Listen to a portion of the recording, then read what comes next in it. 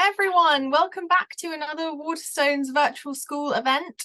We apologise for the slightly delayed start. There were some technical problems, but they've all been ironed out now, hopefully. So today we are very lucky to have the wonderful Natasha Hastings, who will be talking about her new book, The Miraculous Sweet Makers, The Frost Fair, which is currently the Waterstones Children's Book of the Month. This is a magical book centered around a frost fair that springs up on the River Thames in 1683. And when Thomasina and her new friend Anne go exploring, they encounter stories of the magic Father Winter, who can apparently grant any wish. But as Thomasina searches for Father Winter so she can wish for the return of her beloved twin brother Arthur, she starts to realize that all wishes have a price. So Natasha will be taking you through the Miraculous Sweet Makers and talking a bit about writing as well. Just a reminder that this session is being recorded, so if you miss any of it or you want to return to it, you'll be emailed a link at a later date, especially because of the delayed start, I know. So hopefully this means everyone can catch up to it. We've had some pre-submitted questions already, so thank you so much. But if any questions occur to you while Natasha is giving her presentation, please pop them in the chat box. I believe there's also a slightly interactive element as well to Natasha's presentation, so get ready to be engaged. We'd love to see pictures of you enjoying the event, so do share them on social media using the hashtag Waterstones virtual events. I'll be back at the end for the Q&A, but without further ado, Natasha, over to you.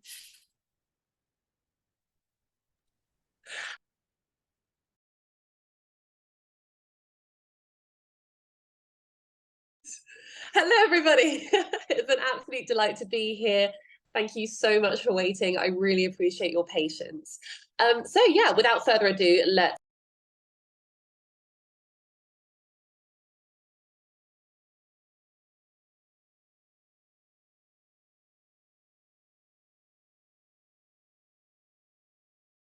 I hope that that's all up there. So yes, my book is called The Frost Fair, and it's the first book in a magical historical series. And it's set during the late 1600s. So this book in particular is set during the Great Frost of 1683 to 4. Now, the Great Frost of 1683 to 4 was a period of time over a few months where the River Thames in London froze over solid so people could walk on it. And people held a frost fair on the ice. So back in this era, people looked a little bit like this man on the screen who has been illustrated by Alex T. Smith. So they wore very different clothing to the clothing we have now. They wore big ruffs, they had big balloony breeches, they had cloaks, everything looked very fabulous, if you were rich especially, which this man is. So yes, my book is set during the Great Frost of 1683 to 4, and this was a time where the River Thames iced over completely, where people would walk on the ice, and a frost fair was held. And in my book, there is a frost fair in the daytime where there were circuses, and there was food sold, and there was racing, and all manner of exciting things: bear baiting, horse racing, coach racing, like Formula One. But there's also a magical other frost fair that I talk about in my book, which is a secret frost fair that only awakens at night. And it's guarded by frost beasts, frost folk, and there's a secret at the heart of it that you find out about in my book. So without further ado, Gary, if you could go to the next slide. So this is what London would have looked like back in 1683. You can see the River Thames snaking through it. And then there are 5 different things that we can visit that are part of my book and that give you a taste of the period, but also require you to get involved too. So I think because we don't have a voting system in place, if teachers could take a vote from pupils as to where we will go, I'm just going to read them out. So we've got Lawley Hall, which is a spooky mansion hiding a mysterious secret. We've got Hawk's Apothecary and Apothecaries, which is basically like a GP would be in modern day era. We've got Burgess and Sons Sweet Makers, a sweet shop selling all manner of sweets. We've got the Frost Fair in the daytime, which is the Frost Fair in the daytime where people could walk on the ice. There were circuses, there were sort of, there was all manner of food and drinks sold and entertainments on display. And we also have the other Frost Fair, which is the Frost Fair during the nighttime, where there are frost beasts and frost folks. So I'm going to give you maybe a minute, and then I'm going to let Gary decide based on the answers given. Or maybe a minute, maybe 30 seconds. Okay. I feel like I'm seeing Lawley Hall come up a lot. I don't know about you, Gary, but I feel like we should go to Lawley Hall. So I hope everyone's ready. Okay. Yeah, I think Lawley Hall. So this mansion doesn't look that spooky from the outside, I know. However, it hides a mysterious secret. And this secret is one that I can't talk about right now, but together we're going to create a magical mystery story together that gives you some indication about what this secret is. So if we could click on the next slide, please. And I need teachers to type in to the chat box because I want to get as many ideas as possible from you. So once upon a time, a something lived alone in a something. So what was that something? Once upon a time, a something. If I could have answers as quickly as possible in the chat box. A ghost. Once upon a time, a ghost. What kind of ghost? A giant ghost. A giant monstrous ghost lived alone in a what? A giant monstrous ghost lived alone in a what? In a mansion. A mansion with a cave in it. Okay, what else? A spooky mansion. Okay, so a ghost lived alone in a spooky mansion. Next slide, please. Above all, this ghost feared something. What did this ghost fear? Okay, we've got apples, we've got vampires. Okay, apples, vampires, and one final thing, sunlight. Apples, vampires, and sunlight. Excellent. And something was what they wanted most of all. So they feared apples, they feared vampires, they feared sunlight, but they wanted something. What was the thing they wanted? I've got chocolate. I'm going to take two more. Chocolate, a sword, and friends. So they wanted chocolate, a sword, and friends. Excellent. Next slide, please. Next slide, please. Thank you. One day, this ghost, so we know what the ghost wants, we know what the ghost fears. They came across a magical object. What was this magical object? Oh, we've got some fantastic answers here. There was a locket. They came across a magical object of a locket, which promised them what? And I want the stakes to be raised here. So I've got the grant wishes, but what was the wish? Eternal youth. This ghost came across a magical object, which was a locket that promised them eternal youth and to escape. Fantastic answers from people. I love these answers. Next slide, please. However, this locket was also cursed with something. What was this locket cursed with? Ooh, so we have bad luck, but I want to know what the bad luck is. I want to know very specific. Oh, so it was cursed with the idea of never leaving a mansion, never leaving the haunted mansion that they lived in. Excellent. What's the next slide, please? When they used this locket, something happened. What happened? What was the magical thing that happened? The thing that showed that the object was magical. Ooh. A giant appeared. What kind of giant? A giant appeared. When they used it, a giant appeared. What? Tell me about this giant. Tell me about this giant. Okay, a giant that oozed sunlight, the very thing that this ghost fears. Excellent. Next slide, please. They soon found its powers overwhelming. Next slide, please. So this ghost that craves friends, that craves freedom, also has been confronted with the very thing it's scared of. In the end, this ghost decided to do something to the object. What did it do? Destroy the object. How did it destroy the object? Crushed it. Excellent. With what? Because it's a ghost. What did it crush it with? Sent it through a portal. Excellent. Next slide, please. How did this ghost live forevermore? So it's broken this object. Is the ghost happy? Is it sad? Any number of things, more descriptors. So the ghost lived forever in fear and alone and cursed. Oh my goodness. Well, I know I can't see you, but please, everyone give themselves a round of applause because I absolutely loved these ideas so much. And this is the kind of thing that happens when you write a story. You start with this idea of, a person or an object. If we could go to the previous slide, please. And then if you see the yellow star at the corner, if you click on that, we'll go back to the map. Excellent. So that's what happens when you write a story. And you've all just written a story, and this is what I do when I sit down at my desk every day and I think of how to write a story. I start with a person, an object, or an animal, or a mystical creature. And then I think of what they want, what they fear, and how they go about getting it, and what happens to completely distract them or divert them, what happens for them to start off on a quest to get what they want.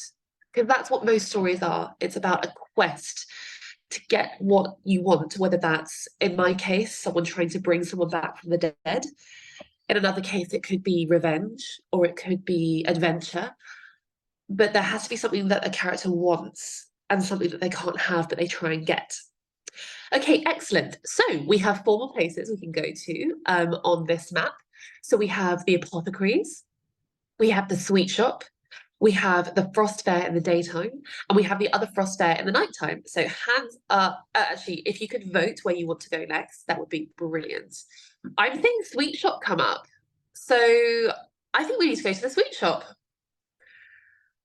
I'm really enjoying how fast everyone is, by the way. This is excellent.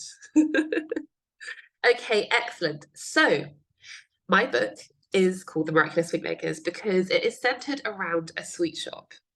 And at the beginning of this book, there's a sweet shop called Burgess and Sons.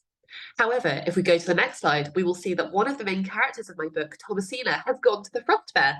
So it's up to us to decide, not to decide, it's up to us to how to make things for 17th century customers. So we're going to do an exercise where you have to put yourself in the mindset of someone who's making food in the 17th century for customers. Are you ready? Okay, I hope you are. So if we go to the next slide, please. Make haste, we must now create a cheesecake. What ingredients are we using? Next slide, please. Is it currants and nutmeg, dried slugs and lettuce, or salt and powdered acorns? So I want some votes on here. Oh, a lot of people saying slugs. Interesting. Well, if you guessed currants and nutmeg, you were correct. Well done. Next slide, please. Customers are clamoring for egg pudding. Now, you might not believe it, but egg pudding was seen as being as delicious as a brownie or cheesecake. Which ingredients should we include in it? Okay, next slide, please. So is it spinach, lavender, or pepper? Hands up for spinach, or lavender, or pepper. Ooh, we've got some interesting answers here. Well, during my research, I found that there was one recipe that claimed that in order to have a fantastic egg pudding, you should include spinach. Very well done to the people who got that right. Next slide, please. Sir Francis Lawley, an esteemed nobleman, wants a Christmas treat. What can you make him? Next slide, please. Is it marzipan roses, lemon sherbets, or chocolate toffee? I want answers in this. Ooh. Okay, interesting. Well, the answer is, in the 17th century, it would have been marzipan roses. Very well done for those who got that right. Next slide, please.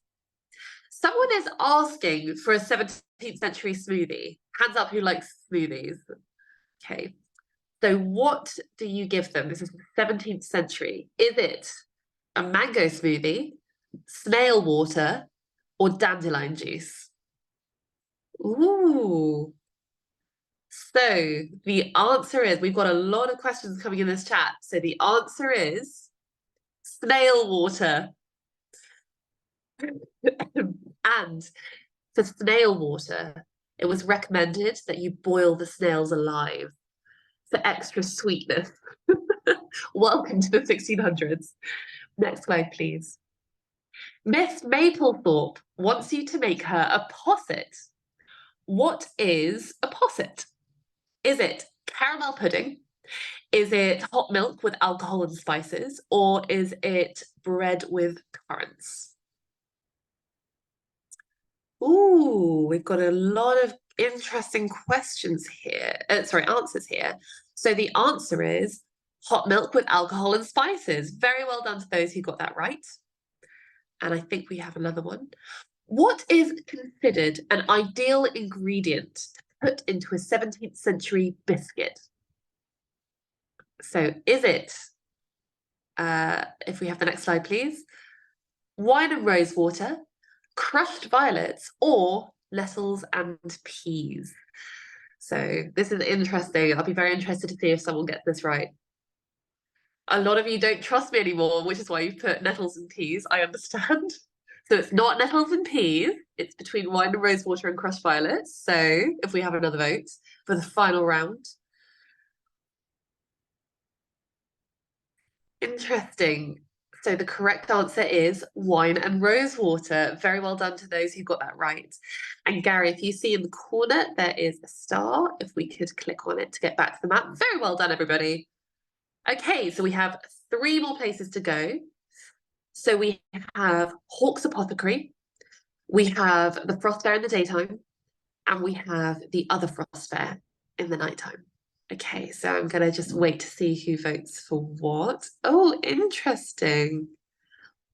I think we're getting a lot of votes for the Frost Fair at night, so I think we should go there next. Okay, excellent. So this is the other Frost Fair. Now, I must warn you that this other Frost Fair is very dangerous indeed. There are beasts made of frost, ice, and sapphires who prowl up and down the river. And they are very dangerous indeed, because if you cross them, things may happen to you that I can't really talk about, but spooky things. They are made of magic. They are made of fear. And if you cross them, it's dangerous. But if you are let into the Frost Fair, if you have been invited as a guest, then they will welcome you. So we're going to create a frost beast together.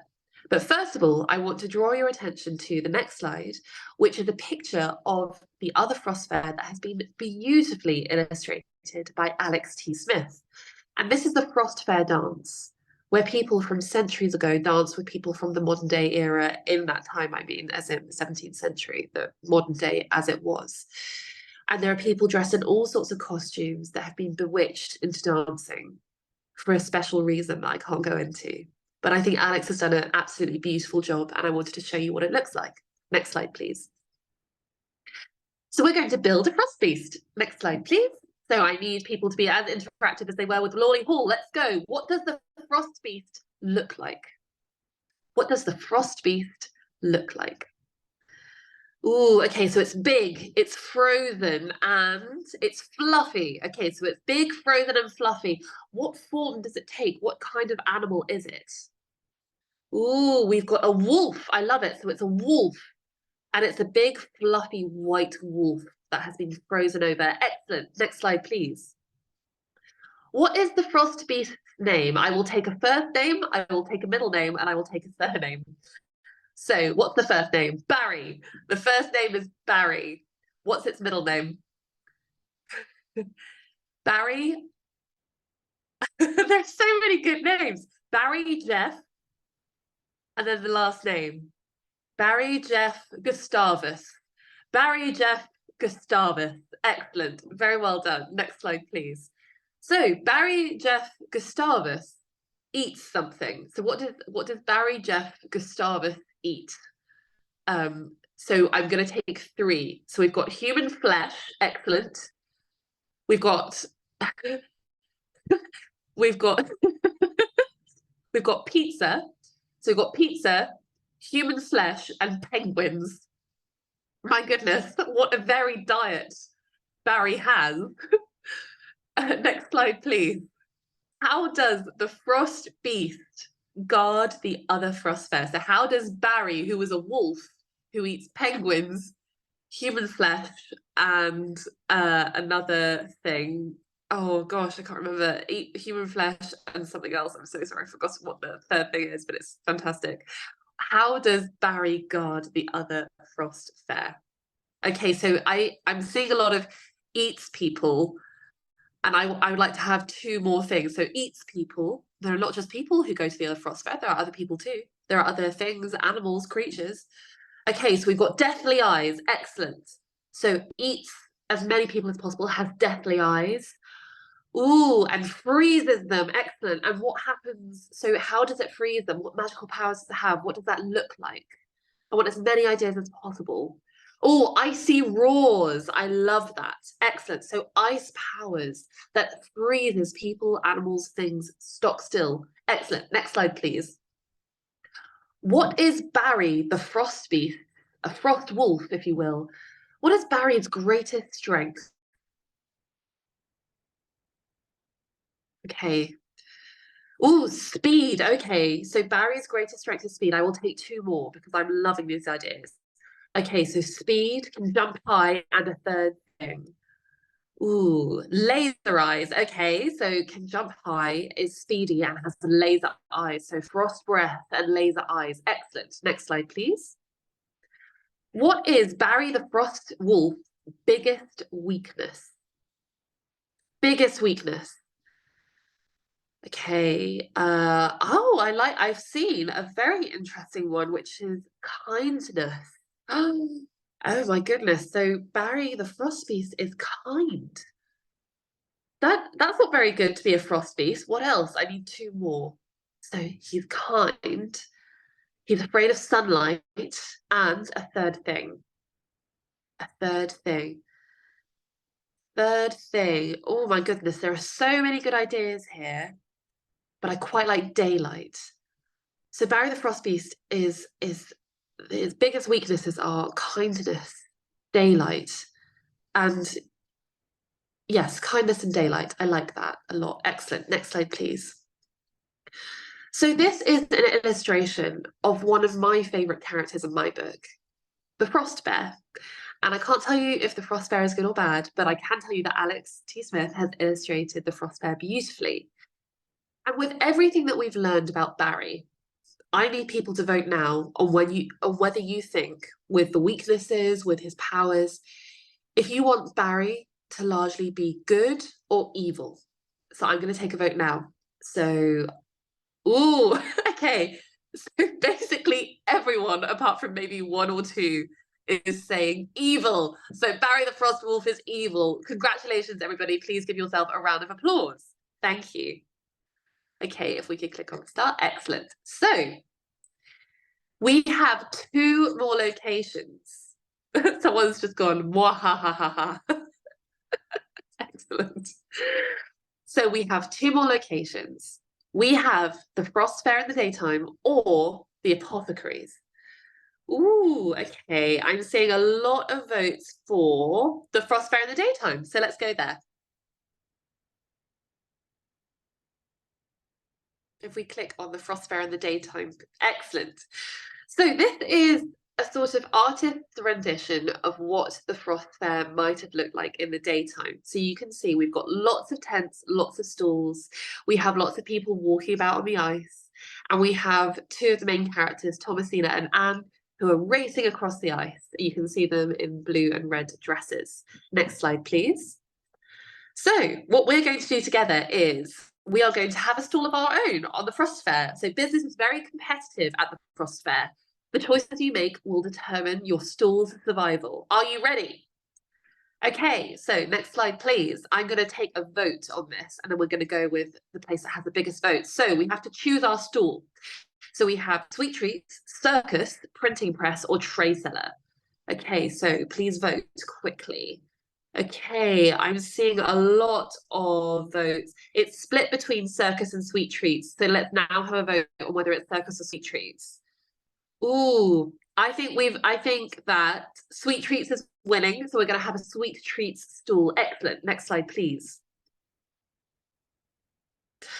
Who are your stall neighbours? So, is it boatmen, so Thames water boatmen who used to row people up and down the river? So they're out of work at the moment.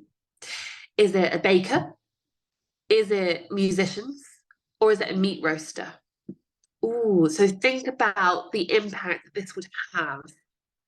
Ooh, I'm getting a lot of votes between baker and musicians.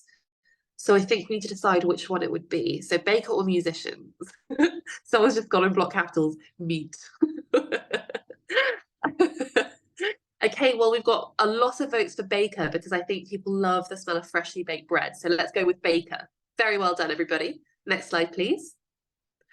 Who is your ideal customer? Is it the landed gentry, so lords, ladies, nobility? Is it families? Is it no one?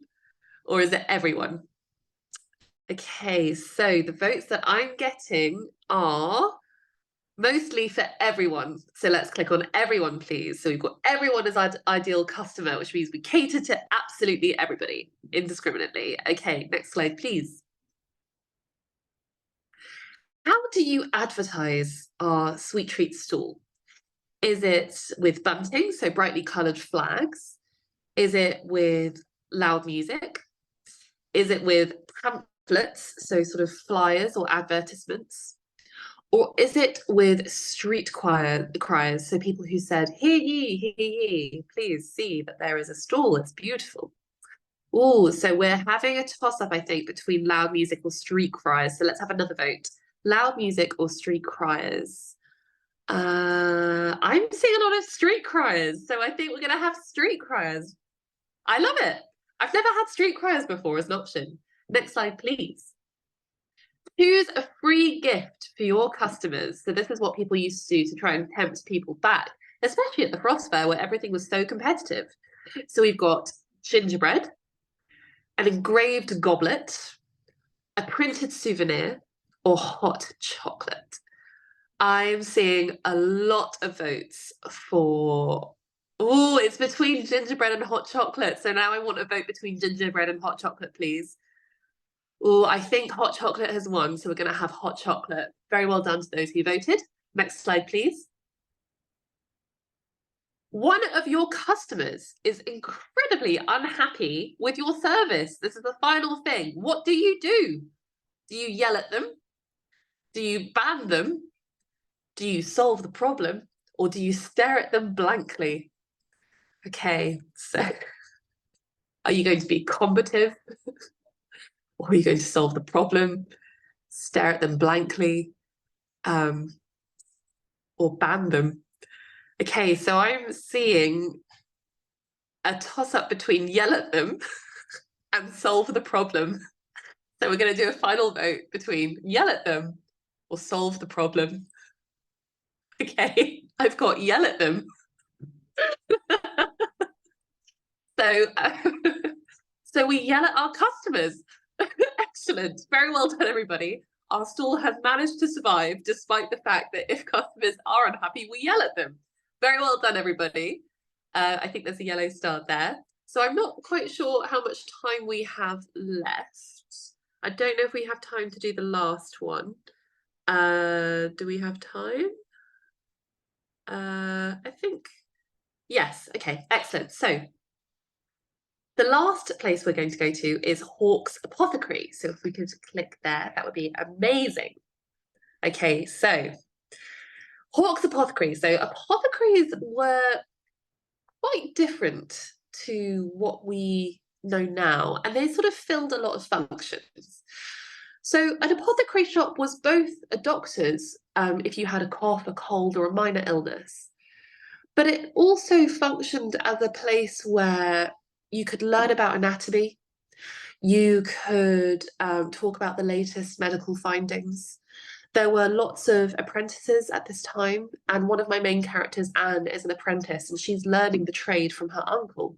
And if we click on the next slide, I just want to direct your attention to Alex T. Smith's amazing illustration of what it might have looked like back in the 1600s to be at an apothecary shop. And I think everyone always notices the huge shark jaw that's swinging from the ceiling. And what used to happen is, it used to be very sort of dark and gloomy with lots of, amazing, mysterious bottles lining the walls and fires bubbling and cauldrons and everything. But apothecaries used to really enjoy collecting skulls. They used to enjoy exploring anatomy. And you would often find that you could get a shark jaw that a merchant sold you that could really kind of enrapture customers as they went in the shop. So in a way, it was a sort of apothecaries were many different things. Yes, you could be cured of various ailments, but you could also learn a lot more about the most recent medical findings. And in this period of history, there were so many new, exciting medical findings that happened. And we're going to explore it together. So next slide, please. We are going to do what we did at the sweet shop, but instead of the sweet shop, we are now at the apothecaries and we have to help customers. Do people think medicine alone will cure someone in 1683? So we've got, next slide, please. Sorry, if we go back, yes. So number 1 is yes. Number 2 is no, prayer is needed alongside this. Or number 3 is no, people don't believe apothecaries or doctors can really cure them. Okay, so I'm just looking at the votes. So most people are kind of between 2 or 3, and the answer is number 2. Prayer is needed alongside of this, but that people are believing that medicine can cure them. We're living in a really interesting time where people are still religious, but they're believing in science a lot more than they would have even a century ago. Next slide, please. What do people think causes diseases in 1683? Is it number 1, an imbalance of the 4 humours? So an imbalance of lots of different things in the body, of which there are 4 things. So is it blood, cholera? Yeah, sorry, not cholera, yellow bile and black bile. So if there's too much snot or too much blood. Number 2, is it too much partying? Or number 3, is it poor circulation of the blood? This is slightly a trick question. Yeah. So the answer is probably number 3. And that is because people used to believe in number 1. There was an imbalance in the body. And some people do still believe in this. But there is medical findings that is going on where people are starting to think that if the blood circulates around your body, that can spread disease in your body. So it's sort of a mixture between 1 and 3. Although I think you could get sick if you partied too much, let's be honest. If you went out all night, I'm sure you get pretty sick quite quickly. Next slide, please. What are leeches used for in 1683? Is it to eat as medicine? Is it as adorable and very slimy pets? Or is it 3, bloodletting? Ooh, we've got a lot of fantastic answers. And the answer is number 3, bloodletting. Very well done to the people who got that right. Okay, next slide, please. Why do people bathe in spa water in 1683? Okay, so is it for much needed rest and relaxation? Is it for bathing in mineral-rich water because it's believed to be healthy? Or is it a good treatment for fevers? Okay, so we've got a lot of really, really good answers. Well, the answer is number 2, bathing in mineral-rich water is believed to be healthy. Now, I think we're running out of time, so I'm going to do one more. So if we can go on to the next slide, please. And I think this will be the final one. Oh, excellent. So I think it's important to say that I have severe asthma, and there are 2 characters who have asthma in this book. So this question is a fantastic one, I think, to end on. So how should we treat asthma in 1683? Okay, so the options are lie completely flat for several hours a day. Number 2 is eat powdered Egyptian mummy. Or number 3 is do some ballroom dancing, then eat a frog. So for the final question. Okay, so the answer is eat powdered Egyptian mummy. So very well done to those who guessed. And I really hope that everyone learned something a bit new today. I think we are ready to go on to the Q&As now. Thank you for being such an for giving me such amazing answers to our interactive sessions and for being such good sports about taking part. Thank you. Hello. Oh my God, I could have watched that forever. That was so good. It was so fun seeing everyone's answers in the chats. I think it was a quite healthy discussion. So I've got some pre-submitted questions. We're going to aim to wrap up at 11:30 if that's all right with everyone. So I'll get through a couple of these pre-submitted ones and then keep putting your questions in and hopefully we can get to them soon. So the first question we have comes from a school in Finland, which I'm going to try and pronounce the place. I'm so sorry in advance if I completely butcher it. Valkeakoski. That's the area. And they ask, what does your writing routine look like? Oh, this is such a good question. I work a full-time job alongside writing a book. So I have to wake up really early every morning to write, but I'm really bad at waking up every morning. So usually what happens is I sleep through 7 alarms, then I wake up in time for work, and then I go back home and I do my writing until about midnight. And I find that in the nighttime, everything becomes very sort of magical in its own way. So I like to write in darkness, and I find that a lot of ideas come to me that way. And I also write every Saturday between 9 to 5. So I treat it like it's like another working day for me. Lovely.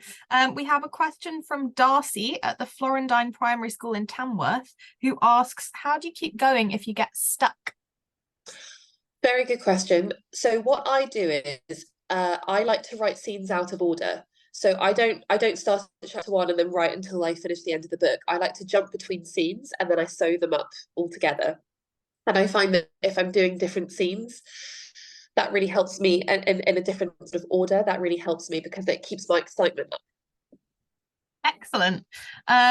Someone from Offmore Primary School in Kidderminster asks, what's your favourite part about being an author? My favorite part about being an author, I mean, the thing is, I think there are two things, and I can't choose between them. So the first thing is the writing. I love creating magical worlds, and I love, disappearing into magical worlds that I've created. It's my favorite thing.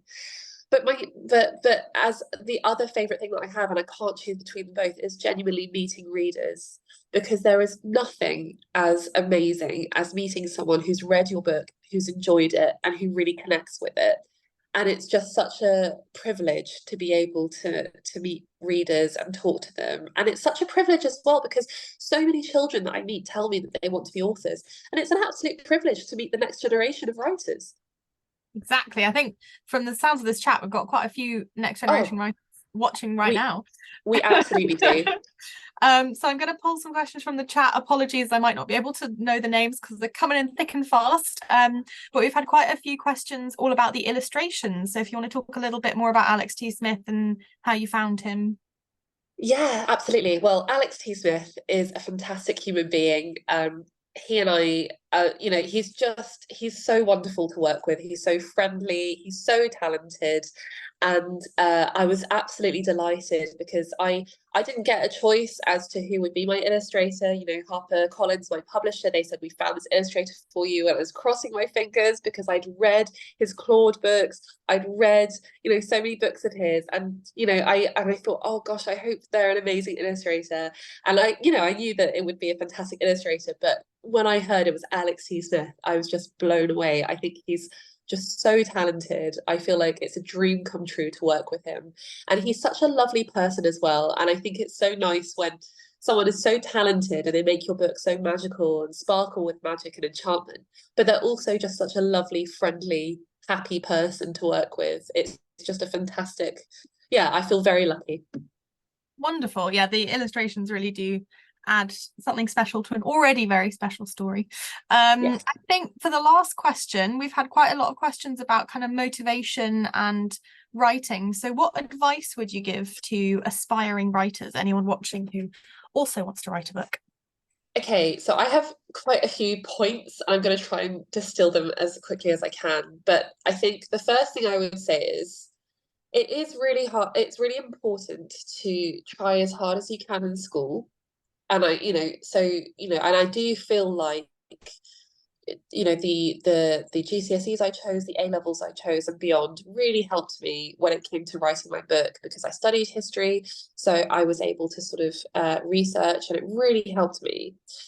However, I also want to say that you don't need any specific qualifications to be an author. You just have to have an imagination, which everyone has, and you have to be really determined. So please don't think, you know, that you have to be the best in your class at English, because when I was in primary school, I was not the best in my class at English. And I really enjoyed it. And I don't think my teacher really liked me very much. So I think that was partly to do with it. But I just you know, I still wrote stories, and I didn't tell anyone about it for years, but I still kept going. So you don't need to be the best at English. You don't need to have top marks. You just have to have an imagination. It is really important to try hard in school, but please don't think that if you're not, you know, the top of the class, that that means you can't be an author, because it's just not true. The second thing I would say is that the world is very cruel to new writers. If you tell people that you want to write a book, you will probably come across people who say, "Well, everyone wants to write a book. Everyone wants to do that. What makes you special? What makes your idea different?" And to that, I would say, just keep going, because if you have something to say, then I want to hear it, and so do lots of people. And I think that the only person who can tell you if you're a writer or not is you. I didn't think that I could be a writer for years, because I thought for some reason that someone would just magically appear and tell me that I could be a writer. But it's up to you. You have to say, no, I am a writer. I'm going to write a book. And that's how you do it. You can't get permission from anyone else. Only you can give yourself that permission. That is fantastic advice. Incredibly inspiring. Thank you so much for talking to us today.